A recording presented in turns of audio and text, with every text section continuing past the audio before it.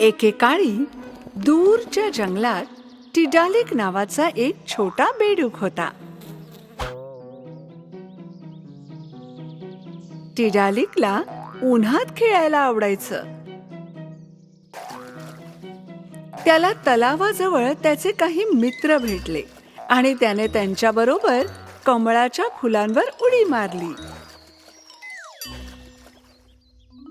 9 आणि 10.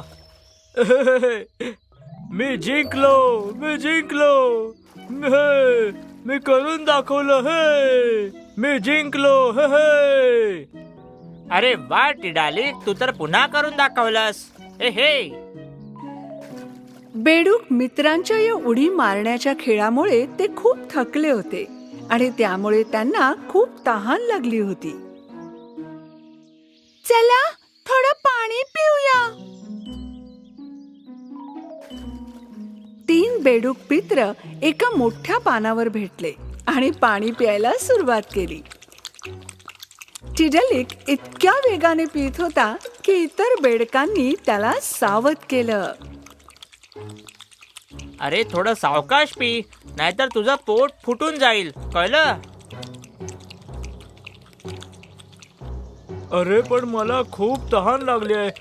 मला तर अजून पाणी प्यायचंय. मला वाटतं आपण त्याला थांबवायला हवं. थोड्या वेळाने टिडालिक, ज्याचं पोट पाण्याने सुजलं होतं, अचानक थांबला, कारण प्यायला तलावात पाण्याचा थेंबही शिल्लक नव्हता. अरे आता थोड्या वेळापूर्वी जिथे खूप पाणी होतं, कुठे गेलं सगळं पाणी? कारण तू ते सर्व पिऊन टाकलंस टिडालिक. काय?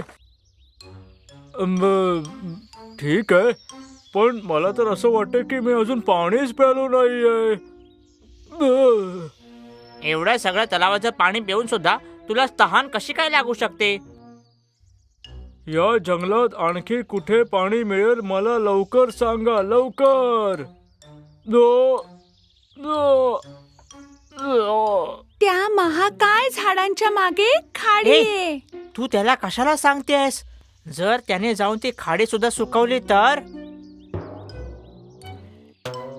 टिडालिक सुजलेल्या पोटासह त्याच्या मित्रांपासून दूर गेला. चकित होऊन पाहत असलेले बेडूक मित्र ताबडतोब महाकाय हिप्पोला कळवायला गेले. त्यावेळी महाकाय हिप्पो झाडाखाली विसावलेला होता आणि त्याचा सहाय्यक कोल्हा त्याच्या समोरच लक्ष ठेवून होता. कसा आहेस फॉक्स? तर आम्हाला तात्काळ महाकाय हिप्पोशी बोलायचं आहे. आता नाही, तो सध्या गाढ झोपेत आहे.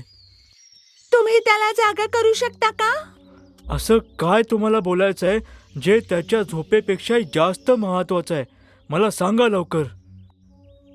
हे बघ मित्रा, थोडं लवकर सांग त्याला, नाहीतर आपल्याकडे खाण्यासाठी आणि पिण्यासाठी पाणीच शिल्लक राहणार नाही. प्लीज. जेव्हा कोल्ह्याने बेडकाची भीती आणि निकड पाहिली, तेव्हा त्याने महाकाय हिप्पोला जाग केलं. पाणघोड्याने डोळे उघडले आणि 2 बेडूक मित्रांकडे वाकले. बेडकांनी काय घडलं ते सांगितलं आणि मग ते महाकाय हिप्पोच्या डोक्यावर उडी मारून टिडालिकच्या शोधात निघाले. जर आपलं सगळं पाणी संपलं तर जंगलातील सगळ्या प्राण्यांवर संकट येईल.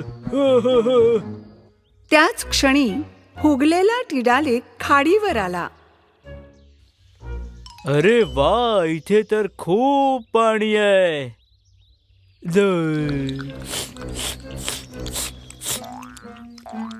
एक ससा, ज्याने बेडूक टिडालिकला खाडीजवळ पाणी पिताना पाहिलं, तो काठावर येऊन पाणी पिणार होता, परंतु बेडकाने त्याला सावध केलं.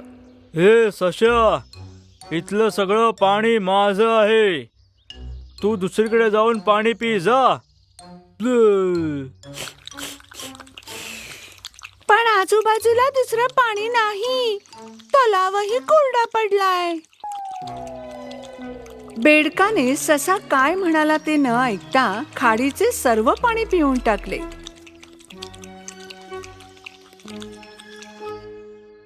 आता त्याचे पोट पूर्वीपेक्षाही मोठे झाले.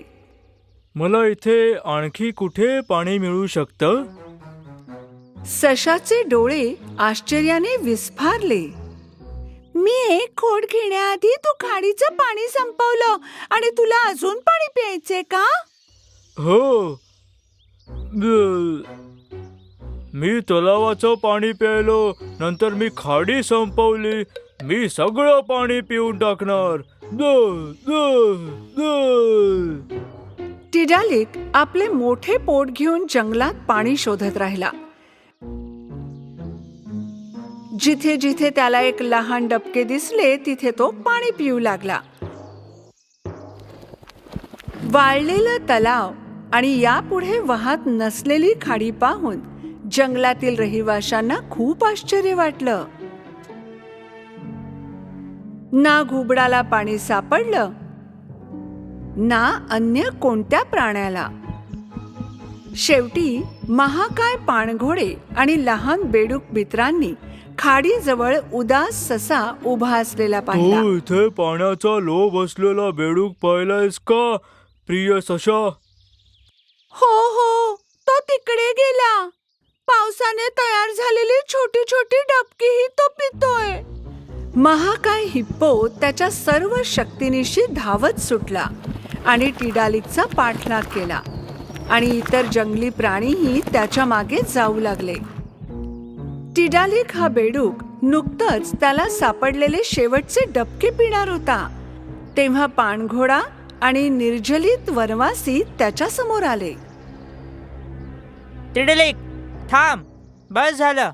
तू जंगलातलं सगळं पाणी प्यायलास आणि आम्हाला पाण्याचा एकही थेंब ठेवला नाहीयेस. तू तलाव आणि खाडीचे पाणी परत द्यायला हवंस. तुझे बेडूक मित्र बरोबर बोलतायत टिडलिक, कारण माझ्यासारख्या मोठ्या पाणघोड्याला आणि त्या चिमुकल्या पक्षालाही पाण्याची खूप गरज असते. झाडे, झुडपे, कीटक यांनाही पाणी लागतं ना. कृपया तुझं तोंड उघड आणि तू तुझ्या पोटात भरलेलं पाणी आम्हाला परत दे. जंगलातील रहिवाशांनी टिडालिकची भीक मागितली. त्याचं पोट पाण्याने भरलेलं होतं, तरीही तो प्यालेले पाणी परत देण्यास तयार नव्हता.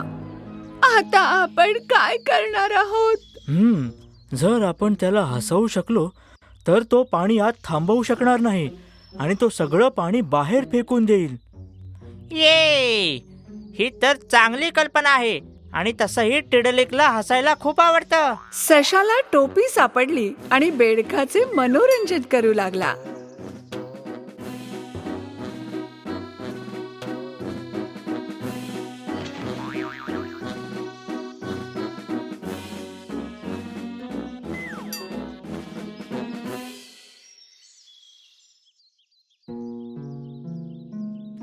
टिडालिकला ससा मजेदार वाटला असला तरी त्याने स्वतःला हसण्यापासून रोखलं. यावेळी पांडा मंचावर होता. तो इतका मजेशीर नाचू लागला की जंगलातले सगळेच त्याच्यावर हसायला लागले. पण टिडालिक पांड्याच्या नाचावरही हसला नाही. मग लहान खार पटकन चित्र काढू लागली. वनवासी अपेक्षेने वाट पाहू लागले. जेव्हा खारीने त्याला काढलेले चित्र दाखवलं तेव्हा सर्वजण हसले, पण टिडालिकने तसं केलं नाही. शेवटी महाकाय हिप्पो त्यांना हसवण्यासाठी नाही तर रागात स्टेजवर आला. आता मला खूप राग आलाय टिडलिक. महाकाय पाणघोडा त्याच्या विशाल शरीराने उडी मारत आणि बेडकाप्रमाणे कुरकुरत घाबरत सुरू झाला. सर्व प्राणी हसत होते कारण हिप्पो जे काही करत होता ते मजेदार होतं. शेवटी टिडालिक बेडूक हे सहन करू शकला नाही आणि इतरांप्रमाणे हिप्पोकडे बघून हसायला लागला.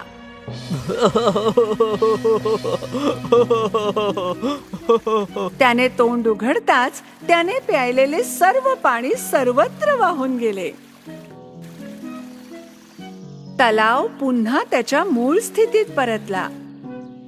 खाडी पुन्हा वाहू लागली आणि अगदी लहान डबक्यांनीही त्यांची जागा भरली. जसजसा टिडालिक हसू लागला त्याचं पोट लहान झालं आणि तो त्याच्या जुन्या गोंडस बेडकाच्या रूपात परत आला. तू तर कमाल केलीस टिडलिक. तू आम्हा सर्व वनवासींना तहानलेलं ठेवलं नाहीस. हे तुला आता मोठं पोट नाही. तू कमळाच्या पानांवर उडी मारू शकतोस. माझं पोट खूप भरलं होतं आणि त्यामुळे आता मला खूप हलकं वाटतंय. पुढच्या वेळी जेव्हा तुला तहान लागेल तेव्हा इतरांबद्दल सुद्धा विचार कर. फक्त स्वतःचा विचार नको करूस. जंगलातील प्रत्येकाला तुमच्या इतकेच पाण्याची गरज आहे. उदाहरणार्थ मला आता जाऊन अंघोळ घ्यावी लागेल.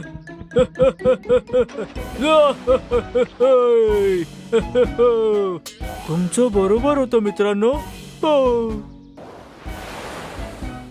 पुन्हा पाणी मिळाल्याने वनवासी खूप आनंदित झाले, कारण पाणी हा जंगलाचा सर्वात मौल्यवान भाग आहे.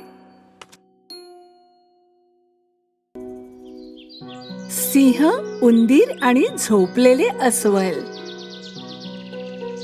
एकेकाळी एका गर्द हिरव्या जंगलात एक छोटा उंदीर राहत होता. शेजारच्या गुहेत एक मोठं अस्वल राहत होतं. काही महिन्यांपूर्वी हायबरनेट केलेले मोठे अस्वल अजूनही झोपलेले होते आणि जोरात घोरत होते. लहान उंदीर एके दिवशी अस्वलाला उठवण्यासाठी त्याच्याकडे गेला, कारण अस्वलाच्या जोरजोरात घोरण्यामुळे तो संपूर्ण हिवाळा झोपू शकला नव्हता.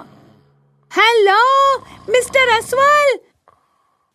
अस्वल भाऊ, उन्हाळा आला तरी उठा ना आता. पण अस्वल अजूनही जागा झालं नाही. छोटा उंदीर यावेळी पिपाणी घेऊन अस्वलाजवळ आला. त्याने जोमाने पिपाणी वाजवली, पण अस्वल झोपूनच राहिलं. लहान उंदीर जंगलात निद्रिस्तपणे भटकत असताना त्याला अनेक प्राणी मित्र भेटले. काय झाले लहान उंदरा, तू एवढा उदास का आहेस? अख्खा हिवाळा अस्वलाच्या घोरण्यामुळे मला झोप येत नव्हती. आता उन्हाळा आला आणि तो अजूनही उठला नाहीये. कदाचित सिंह, जंगलाचा राजा, तुला मदत करेल. काय? मी त्यांच्याशी कसा बोलू? कारण सिंह एवढ्या मोठ्याने गर्जना करतो की त्याची डरकाळी ऐकताच सर्वजण कितीतरी फूट वर उठतात. जरी लहान उंदीर या विचाराने थोडा घाबरला होता, तरीही तो मदतीची विनंती करण्यासाठी जंगलाच्या राजाकडे, सिंहाकडे गेला. सिंह त्याच्या गुहेसमोर झोपला होता. ते बलाढ्य श्वापद पाहून लहान उंदीर घाबरला, म्हणून त्याने आपली योजना सोडून घरी परत जायचा निर्णय घेतला. पण जेव्हा चुकून त्याचं पाऊल त्याच्या समोरच्या एका फांदीवर पडलं, तेव्हा सिंह जागा झाला. हे काय चाललंय आणि तू माझ्या गुहेसमोर काय करतोय? जंगलाच्या राजा, तुला उठवल्याबद्दल माफ कर, पण मी तुझी मदत मागायला आलो होतो रे. तुला तर मी नाश्त्यात पण खाणार नाही, उल्याशा उंदरा. मग मी तुला मदत का करू? प्रिय भयंकर सिंह, तुला माझ्या शेजारच्या मोठ्या अस्वलाला जागा करावं लागेल.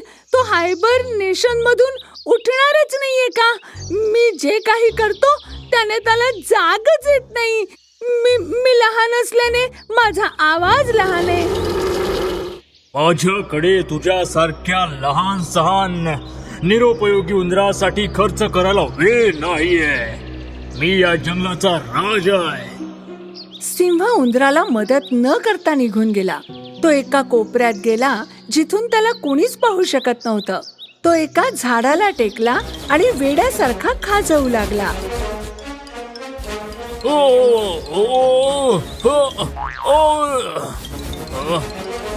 सिंह इतका खाजवत होता की त्याला असं कोणी पाहावं असं त्याला वाटत नव्हतं.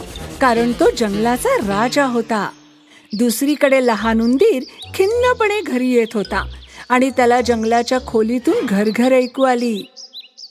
जेव्हा कुतूहलाने तो आवाज जिथून आला तिकडे गेला आणि त्याला सिंह दिसला. सिंह न थांबता स्वतःला खाजवत होता. उंदीर लगेच सिंहाजवळ गेला. जेव्हा सिंहाने त्याला पाहिलं तेव्हा त्याने खाजवणं थांबवलं, परंतु हे स्पष्ट होतं की त्याला खास सुटल्यामुळे अजूनही वेदना आणि अस्वस्थता होती. मिस्टर सिंह, काय झालंय तुला? मला नाही माहित उंदरा, मला नाही माहित. मी स्वतःची खास थांबवू शकत नाहीये. तू काहीही पाहिलंस किंवा ऐकलं नाहीस लहान उंदरा, कळलं का तुला? उंदराने काळजीपूर्वक त्याचे लहान डोळे सिंहावर टेकवले आणि त्याच्या फर मध्ये लहान पिसवांचा समूह उडी मारताना त्याला दिसला. त्या क्षणी उंदराला समजलं की पराक्रमी सिंहाला एवढी खास काय येते. तुमच्या शरीरावर तर पिसवं आहेत, मला तुमची मदत करू द्या. तू मला कशी मदत करू शकणार आहेस? तू लहानसा उंदीर आहेस फक्त. मला एकटं सोड. सिंहाच्या अशा बोलण्याकडे दुर्लक्ष करत लहान उंदराने धैर्याने त्याच्या अंगावर उडी मारली. अरे तू काय करतोयस? जा खाली उतर. उंदीर जाड कुरकुरीत फर मधून रेंगाळू लागला आणि सर्व पिसू बाहेर फेकून देऊ लागला. पण यामुळे सिंहाची परिस्थिती आणखीनच बिकट झाली. तो स्वतःच्या पंजाने खाजवू लागला. सिंहाला खास सहन झाली नाही आणि त्याने आपली पाठ झाडावर टेकवली. यावेळी त्याने उजवीकडे आणि डावीकडे घासायला सुरुवात केली. अरे रे, मी जवळ जवळ चिरडला गेलो ना. मी थांबू शकत नाही, मी थांबू शकत नाही. जितका तू माझ्या अंगावर धावतोयस तेवढी मला खात सुटते. सिंह तलावाजवळ पळत गेला. त्याने पटकन पाण्यात उडी मारली. त्याच्या पाठीवरचा उंदीर जवळजवळ बुडालाच होता. सिंह साहेब, ताबडतोब पाण्यातून बाहेर पडा, नाहीतर मी बुडून जाईन. सिंह जंगलाचा राजा तलावातून बाहेर आला, परंतु नंतर स्वतःला वाळवण्यासाठी पुढे गेला. त्याने शरीर वाळवण्यासाठी इतक्या जोरात झटकलं की उंदीर कसा बसा त्या शरीरावर टिकून राहिला. राजा, राजा, मी जवळजवळ खास नष्ट केलीये. डावीकडे थोडं वळा ना. सिंहाने शेवटी स्वतःला थांबवलं. दरम्यान उंदराने सिंहावर राहिलेले शेवटचे काही पिसव बाहेर फेकले. आता तुम्हाला कसं वाटतंय? मला असं वाटतंय की जणू माझी खास थांबली असावी. कारण मी तुमच्या अंगावरील सर्व पिसव साफ केले सर. सिंहाला त्याच्या उद्धटपणाची लाज वाटली. जेव्हा तू मला मदत मागितलीस तेव्हा मी तुझ्याकडे तुच्छतेने पाहिलं लहान उंदरा, पण तरीही तू मला मदत केलीस आणि माझी खास थांबवलीस. या कठीण परिस्थितीतून वाचवण्यासाठी तुझ्या सामर्थ्याने सर्व काही केलंस. तुझं खूप आभार. मिस्टर सिंह, तुमचे स्वागत आहे. चल आता माझ्या पाठीवर उभा राहा.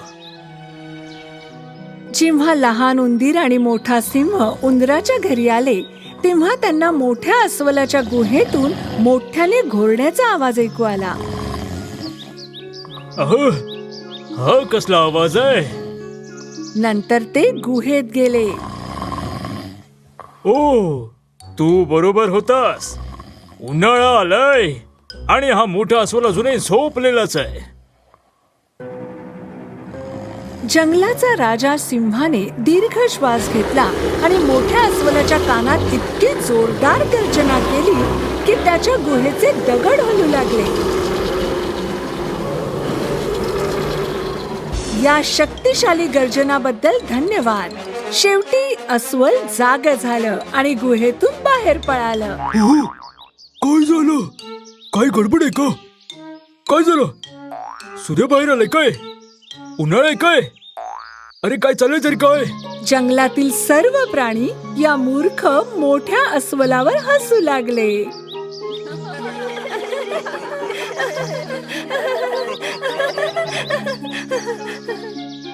लहान उंदीर देखील खूप आनंदी होता की शेवटी घोरणं संपलंच. खूप वर्षांपूर्वी एका जंगलाजवळ एका जुन्या घरात एक दाम्पत्य राहत असे. ते आनंदी आणि शांततेत जीवन जगत होते. फक्त एकच दुःख होतं की त्यांना मूलबाळ नव्हतं. एकदा म्हातारी स्वयंपाकघरात बिस्किटसाठी कणिक मळत होती, तेव्हा तिचा नवरा तेथे आला. काय ग, आज तू काय बनवतेस? अहो, आज मी एक जिंजर ब्रेड माणूस बनवत आहे. म्हातारीने कणिक मळली आणि त्याला जिंजर ब्रेड माणसाचा आकार दिला. त्याला ओव्हनमध्ये ठेवून ती बसून राहिली आणि जिंजर ब्रेड व्यवस्थित शिजायची वाट पाहू लागली. जेव्हा जिंजर ब्रेड माणूस व्यवस्थित शिजल्याचा सुगंध संपूर्ण स्वयंपाकघरात पसरला, तेव्हा तिने आपले हातमोजे घातले आणि जिंजर ब्रेड माणसाला बाहेर काढलं. आता वेळ होती त्याला सजवायची. तिने कॅन्डीचा उपयोग करून, सुंदर नाक आणि किशमिशचा उपयोग करून त्याचे डोळे बनवले. मग तिने केस आणि कपडे बनवण्यासाठी क्रीमचा वापर केला आणि शेवटी त्याची बटणं बनवण्यासाठी काही चेरी वापरल्या. तिने आपल्या कृतीवर एक दृष्टी टाकली आणि म्हणाली, माझा जिंजर ब्रेड माणूस सुंदर दिसतोय, पण मला वाटते काहीतरी राहून गेले. म्हातारीने त्याच्याकडे पुन्हा एकदा पाहिलं आणि अरे हो, त्याचे ओठ, मी त्याचे ओठ बनवायला विसरूनच गेले. तिने क्रीमचा वापर करून जिंजर ब्रेडच्या चेहऱ्यावर ओठ बनवले. चला, आता माझा जिंजर ब्रेड पूर्ण झाला. त्याच वेळी एक विचित्र गोष्ट घडली. धन्यवाद. पण हे कसं शक्य आहे? तू बोलू शकतोस? जिंजर ब्रेड माणूस अचानक उठून उभा राहिला आणि त्याने धावायला सुरुवात केली. हो, आणि मी धावू सुद्धा शकतो. जिंजर ब्रेड माणसाने स्वयंपाकघराच्या बेंचवरून खुर्चीवर आणि मग जमिनीवर उडी मारली आणि मग बागेकडे दरवाजातून जोरात धावत गेला. परत ये, अरे परत ये. म्हातारी ओरडली. जिंजर ब्रेड बोलत बोलत धावत होता. धावा, जेवढे धावू शकाल तेवढे धावा. मला कोणी पकडू शकत नाही, कारण मी आहे जिंजर ब्रेड माणूस.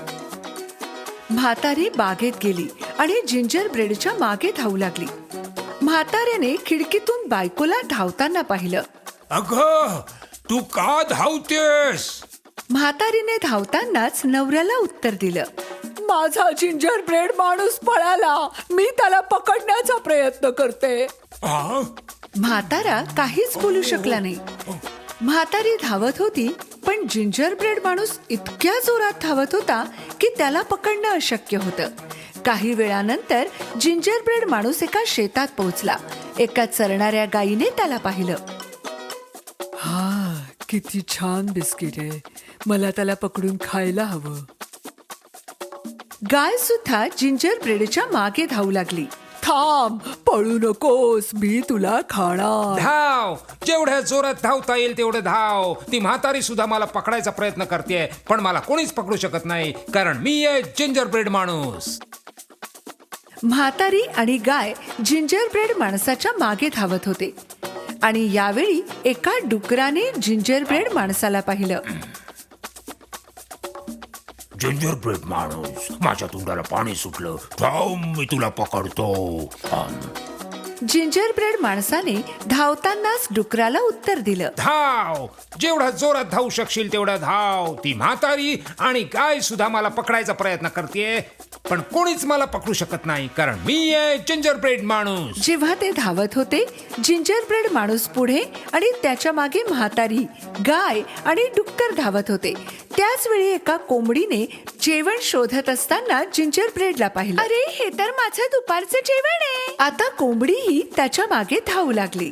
तू जेवढा जोरात धावू शकतोस धाव जिंजर ब्रेड माणसा, मी तुला पकडणारच. या, धाव, जेवढ्या जोरात धावता येईल तेवढं. ती म्हातारी, गाय आणि डुक्कर सुद्धा मला पकडू शकले नाहीत आणि तू सुद्धा पकडू शकणार नाहीस, कोणीच नाही, कारण मी आहे जिंजर ब्रेड माणूस. जिंजर ब्रेड माणूस पुढे आणि त्याच्या मागे म्हातारी, गाय, डुक्कर आणि कोंबडा धावत होते. सगळेच धावत होते, पण जिंजर ब्रेड माणूस सर्वात जोरात धावत होता. जिंजर ब्रेड माणूस खूप आनंदात होता आणि त्याला स्वतःवर गर्व होत होता. मी जगातला सर्वात हुशार आणि वेगवान जिंजर ब्रेड माणूस आहे. हो, मीच आहे. मला कोणीच पकडू शकत नाही, कारण मी आहे जिंजर ब्रेड माणूस. जेव्हा जिंजर ब्रेड माणसाने पुढे पाहिलं तर समोर एक नदी होती. तो थांबला, कारण त्याला माहित होतं की पाण्यात तो विरघळू शकत होता. ओ, अरे बाप रे, आता काय करायचं? म्हातारी, गाय, डुक्कर आणि कोंबडा जवळ आले होते. त्याच वेळी झाडाच्या मागून एक चलाख कोल्हा पुढे आला. मला पोहता येतं, तुला हवं असेल तर मी मदत करू शकतो. जिंजर ब्रेड माणसाने त्याबद्दल विचार केला. जर तू मला खाल्लंस तर? तू मुळीच काळजी करू नकोस, मी तुला खाणार नाही, फक्त तुला नदी पार करायला मदत करेन. जिंजर ब्रेड माणसाने चलाख कोल्ह्यावर विश्वास ठेवला आणि त्याच्या शेपटीवर बसला. जेवढं शक्य होतं त्याला घट्ट पकडून ठेवलं. कोल्ह्याने नदीत उडी मारली आणि पोहू लागला. दरम्यान म्हातारी, गाय, डुक्कर आणि कोंबडी नदीच्या तीरावर पोहोचले आणि पाहिलं की जिंजर ब्रेड माणूस कोल्ह्यावर बसून नदी पार करतोय. ते असहाय्य होऊन त्याला पाहत होते, कारण ते त्याला पकडू शकणार नव्हते. नदी खोल झाली आणि पाणी वाढू लागले. अरे कोल्ह्या, तुझी शेपटी वर उचल, मी जवळजवळ ओला झालोय. माझ्या पाठीवर ये, ती जागा सुरक्षित आहे. जिंजर ब्रेड माणूस त्याच्या पाठीवर सरकला. ते थोडा वेळ पोहत होते, पण जसजसं पाणी आणखी खोल झालं, कोल्ह्याची पाठही पाण्यात बुडू लागली. मला भीती वाटते की तू ओला होशील. तू माझ्या डोक्यावर का बसत नाहीस? ते आणखी थोडं उंच आहे. जिंजर ब्रेड माणूस त्याच्या डोक्यावर चढून बसला. कोल्ह्याने आपल्या योजनेचा शेवट केला आणि डोके पाण्यात बुडवले. पाणी खूप वाढलंय, तू माझ्या नाकावर का बसत नाहीस? ते आणखी थोडं उंच आहे. तेव्हा जिंजर ब्रेड माणूस कोल्ह्याच्या नाकावर जाऊन बसला. आता ते नदीच्या तीरावर पोहोचणारच होते. कोल्ह्याने जिंजर ब्रेड माणसाला नाकाने उडवलं आणि आपलं तोंड उघडलं. जिंजर ब्रेड माणूस त्याच्या तोंडात पडणार होता आणि कोल्हा त्याला खाणार होता. पण हे होऊ शकलं नाही, कारण जेव्हा जिंजर ब्रेड हवेत होता तेव्हा वरून एक कावळा उडत होता. त्याने जिंजर ब्रेड माणसाला आपल्या चोचीत पकडलं. जिंजर ब्रेड माणसाने कावळ्याला आणखी थोडं पुढे उडू दिलं आणि विचारलं, कावळे आल्याचं बिस्किट खातात का? जेव्हा कावळ्याने बोलण्यासाठी चोच उघडली, जिंजर ब्रेड माणूस खाली पडला आणि त्याच्याने शक्य होतं तेवढा जोरात धावू लागला. जेवढा चोरात धावू शकशील तेवढा धाव. ती म्हातारी, गाय, डुक्कर, कोंबड्या आणि कोल्ह्यानेही मला पकडायचा प्रयत्न केला खूपच, पण पकडू शकले नाहीत, कारण मी आहे जिंजर ब्रेड माणूस. जिंजर ब्रेड माणूस धावतच राहिला आणि कधी थांबलाच नाही. जर जिंजर ब्रेड माणूस धावताना तुमच्या पुढे गेला तर त्याला पकडण्याचा प्रयत्न करू नका, कारण तो जिंजर ब्रेड माणूस आहे आणि कोणीच त्याला पकडण्याची हिम्मत करू शकत नाही.